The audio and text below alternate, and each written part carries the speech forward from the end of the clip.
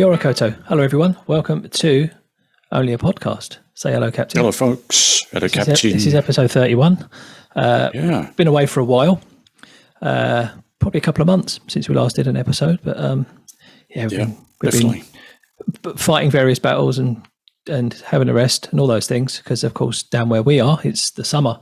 So, although you wouldn't know it from what's been going on up north. No, but there you go. The sharp-eyed among you will notice that if you're consuming this on YouTube, you will know that you can see us now. Give a wave. Hello, folks. Yeah, so we're trialing this out, see how it goes. We kind of noticed that we're getting more and more people coming to us on YouTube.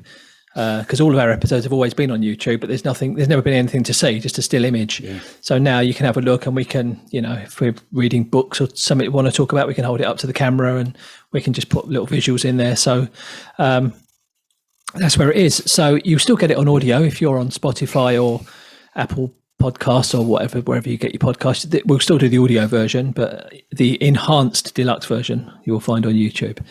And you get to see our lovely faces, something for the grandmas.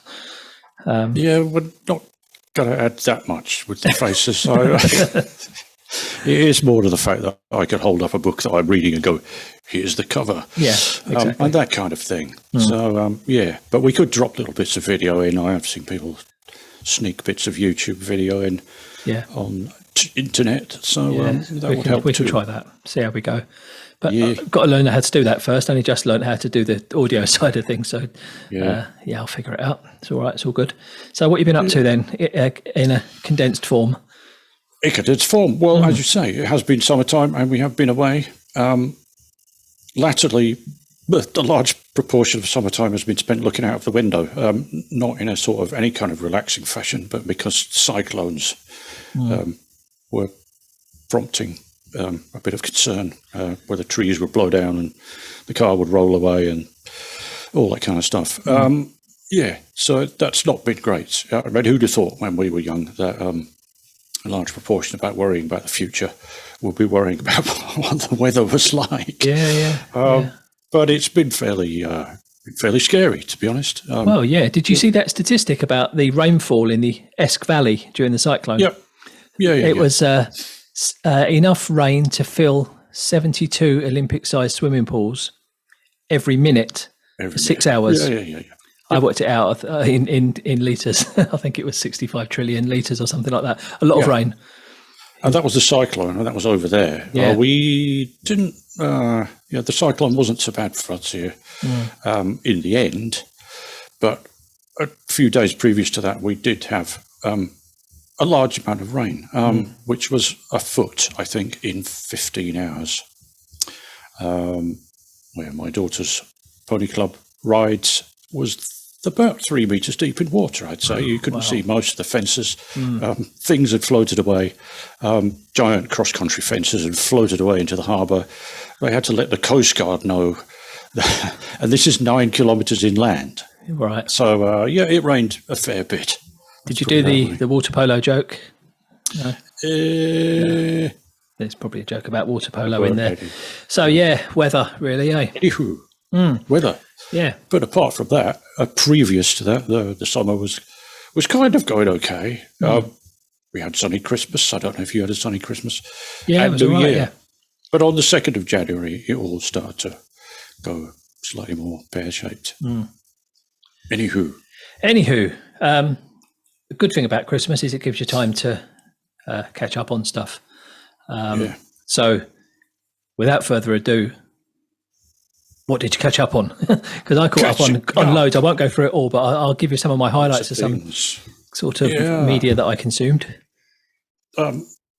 Many films I watched, some old, some new. The Glass Onion #2. Which I think also was one of yours because we did briefly discuss that. Yeah, I watched both of them on consecutive nights, I think, the two Knives Out films, Cool. All Quiet on the Western Front, not quite so enjoyable, and has received a certain amount of criticism for making Germans appear human in the war. Wow. But both sides and all that. And what else? We'll see how they run. Mystery. I did catch up on the SAS Hurrah Chaps Rogue Heroes series. Yeah, I was all right with that one. I'd rather read the book, I think, and see a bit more about that one. And the Fablemans, we did go out to see that at the cinema. At a loss at what to see the early life of Steven Spielberg, and how he came to be interested in and be completely obsessed by filmmaking. Yeah, how did that work out for him? Really good film, and he did all right. Mother? I think I saw them on Graham Norton or something. Who played his mother? I can't remember. Just in my name for things, but it's a cool film, and it's up for awards, as are many of the things we've just mentioned. So good. I caught up on a bit of Christmas TV. So there was Detectorists. Have we talked about Detectorists before? Have you ever watched Detectorists? I don't think we may have mentioned it in the odd episode in the past, but we haven't done an extended. But have you watched it? Have you ever watched it? 1 or 2 episodes, yeah. Yeah, I absolutely love it. It's just so brilliant. And there was a Christmas special, so I watched that, which was great. And while I was on the BBC iPlayer, I saw they'd made a 2-part adaptation of Mayflies. Now that book's been on my to-read list for ages and never got there. And I watched the first episode and I thought, well, I can't carry on with this. I need to read the book, I think. I don't think this is going to be sensational. So I think I need to read the book. So I put the TV show down. I went and got the book. And I read that over Christmas. And it's quite something. It's a good old book. Yeah. I read it twice. Yeah. I got it from the library first time around, and then I found it for $3 in a Chazza. So that was cool. It's a book of 2 halves. It is, isn't it? two, then and now kind of thing. Yeah. So great. Yeah. Great. I watched a couple of other bits and bobs that were on, low-level dramas, like something called Crossfire, which was about a gunman going loose in a holiday resort. It was all right. But Knives Out, Glass Onion, enjoyed them. I'm not convinced about Daniel Craig, or not convinced with his accent, to be honest with you. I don't know why he's got that accent. I don't think that brings anything to it, does it? Is it a thing that TV detectives of a certain Agatha Christie style genre have to have? I was just about to say completely bizarre accents. Poirot had an accent, right? So they've just David Suchet and et cetera, et cetera. Yeah. So, but they were good, clean fun, right? I thoroughly enjoyed them both. Yeah, I did too. I liked the recent ones set up of how you it gives you a whole the whole story, and then suddenly goes, sorry, everything we've just told you. Yep. Everything we've just told you is not quite right. This is how it's wrong. That was a really good shift. Yeah, it's classic whodunit stuff, right? It's Agatha Christie kind of thing, really. But I enjoyed them. And of course, that led us into Poker Face, which is not really related other than it's by the same people. And I've watched it. That's the series Poker Face. Have you? I know you've started it. Are you there yet? Or I have begun, but no, we haven't finished yet. Yeah.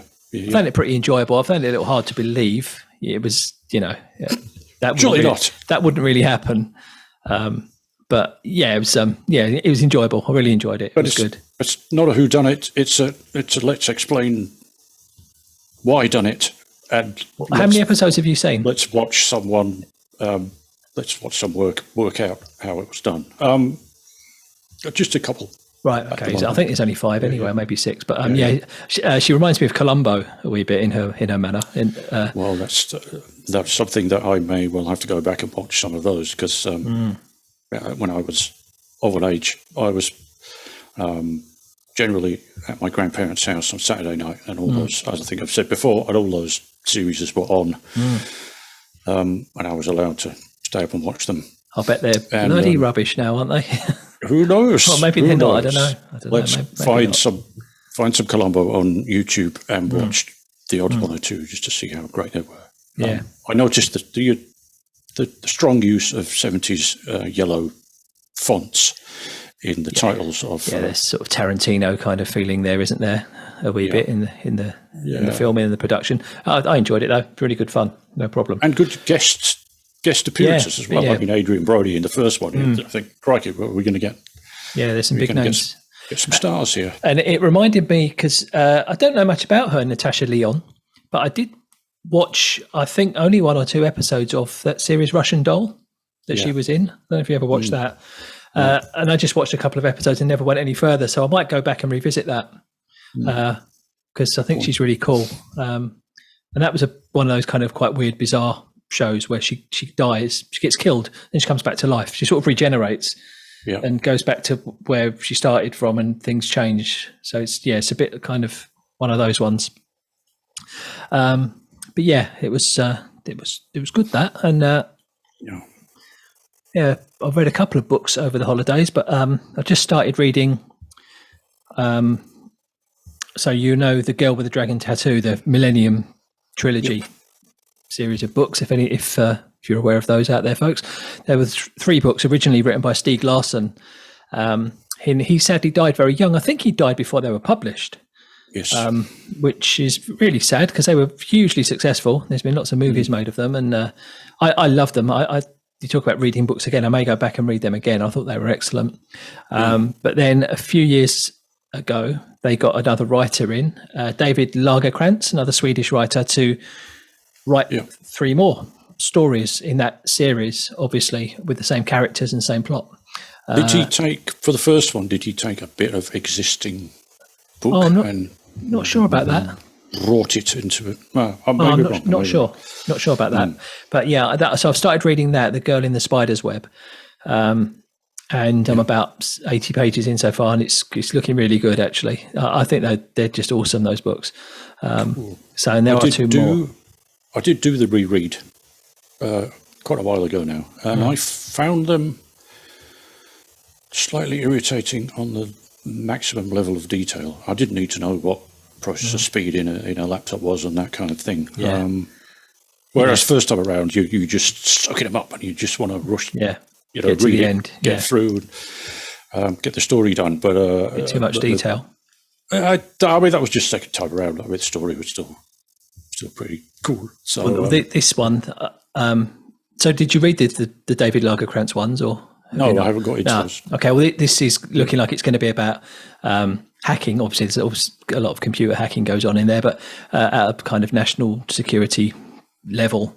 And there's lots of talk of the Trojan horse and the firewall and the all that stuff. And you go into the references at the back, and they had computer science professors advising on that. So that for someone who works in my line of work, it's quite interesting to hear all that sort of stuff. You get that. Yeah. But other people wouldn't. I don't think anyone else would get it at all. They just wouldn't understand it when talking about injecting Trojans and stuff. But I think it's going to be very good. So we'll see how that goes, I think. My main bedside book at the moment is Bob Dylan's Philosophy of Modern Music, which is, when I said modern, when he says modern, he kind of means 20s onwards. So he's got a list. There are playlists on Spotify and wherever for the actual book. So he just picks a track and describes it from things like Elvis Costello's Pump It Up right back to 20s jazz and that kind of thing.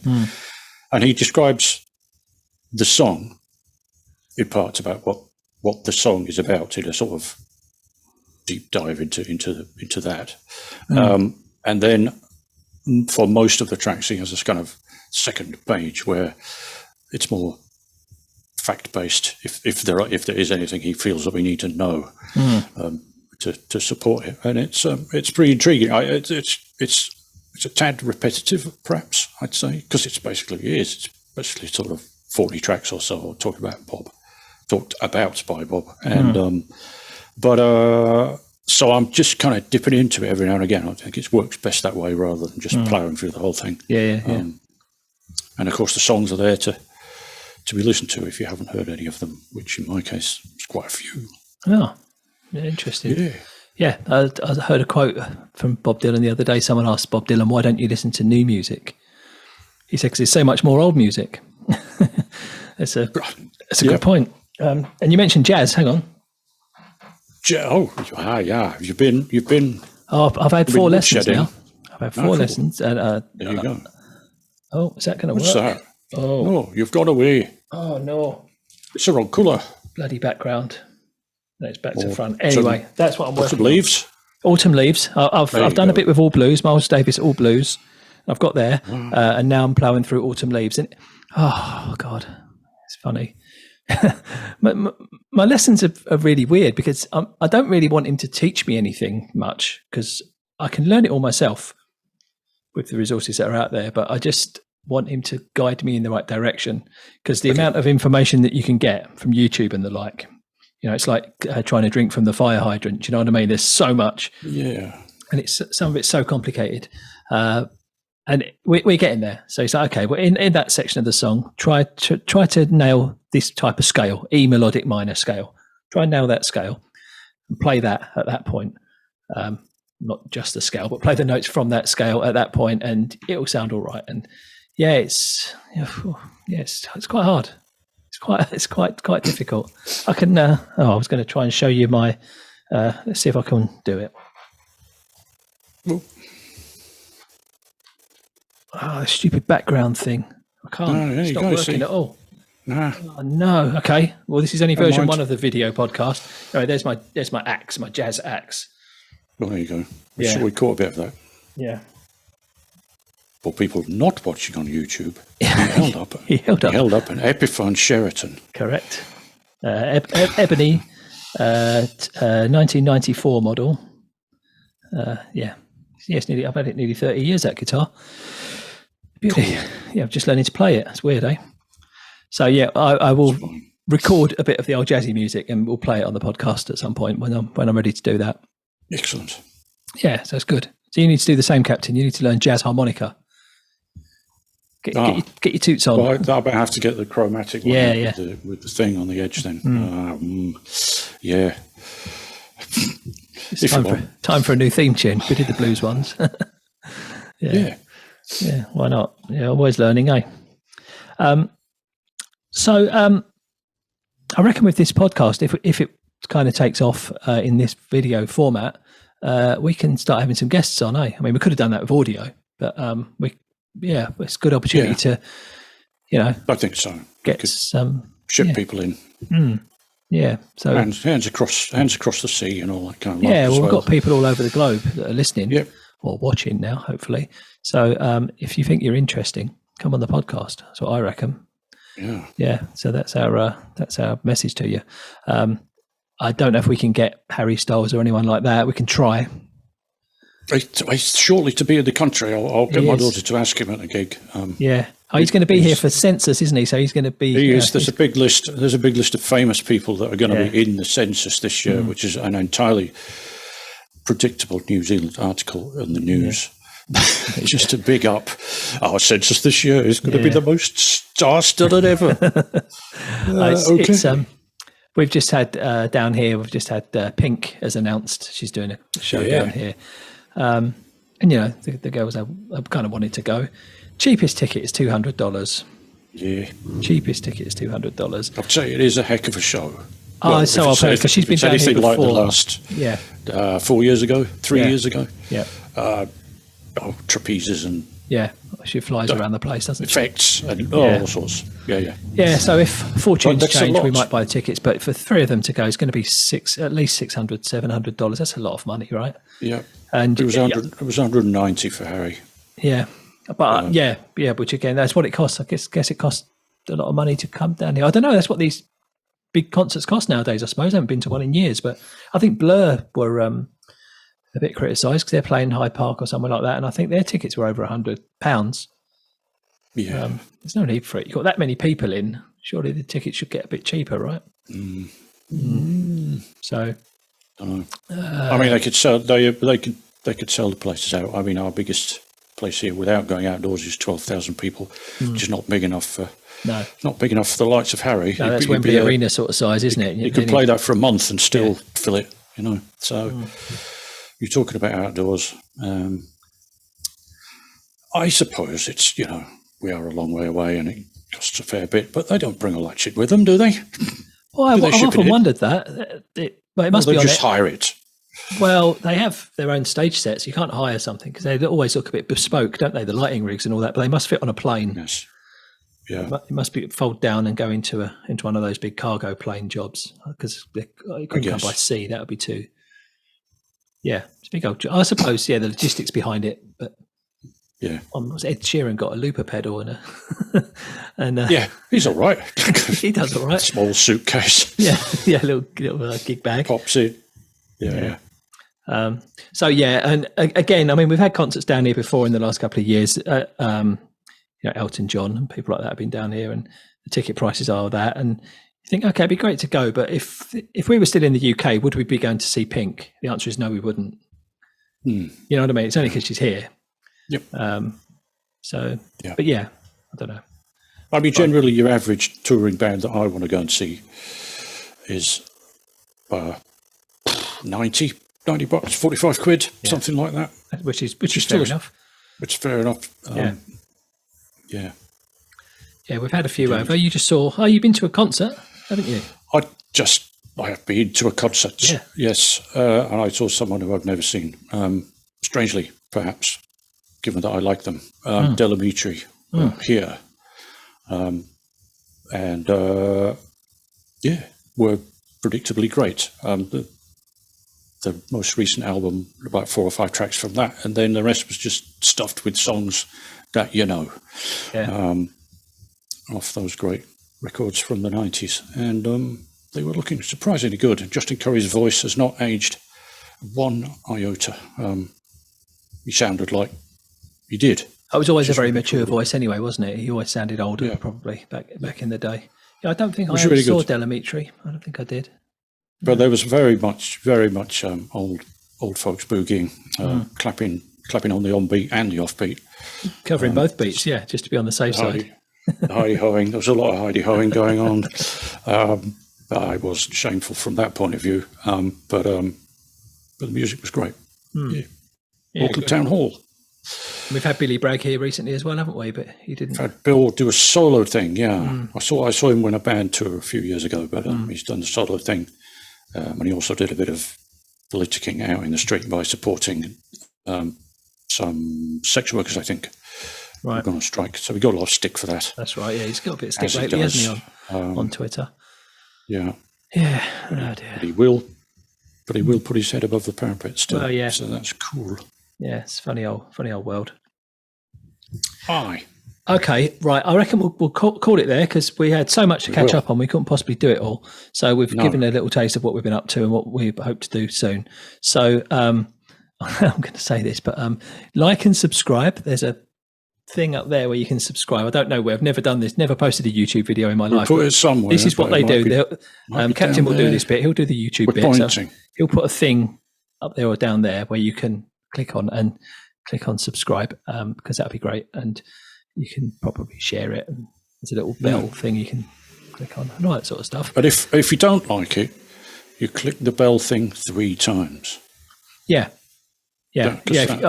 think what also works, if you like it, you can click on like. If you don't like it, you click like twice. Yeah, I think that's what you do. Yeah. Let's see how we go. We've got to work it out. I hopefully. If you think this is a terrible idea and we shouldn't be doing this video thing, then let us know. But be better next time, so I won't have this stupid background on because it's obviously stopping us holding things up. So that's so I won't do that. I'll have to probably tidy up the room instead. No. But yeah, there we go. That's why all my stuff is in that cupboard there. Yeah. Tidy. Yeah. Right. This room's. I could be able to show you around the room. I can see 1, 2, 3, 4, 5 guitars. 4 guitars and a bass. There's a piano. Yeah. Is there? Yeah. Blimey. Okay. There is. Yeah. Electric one. Cool. We'll do that next time. Tour of the tour of HQ. Yeah. Right. Okay. So we'll see you next time, folks. Say goodbye, Captain. Say goodbye, Captain. See you. Bye.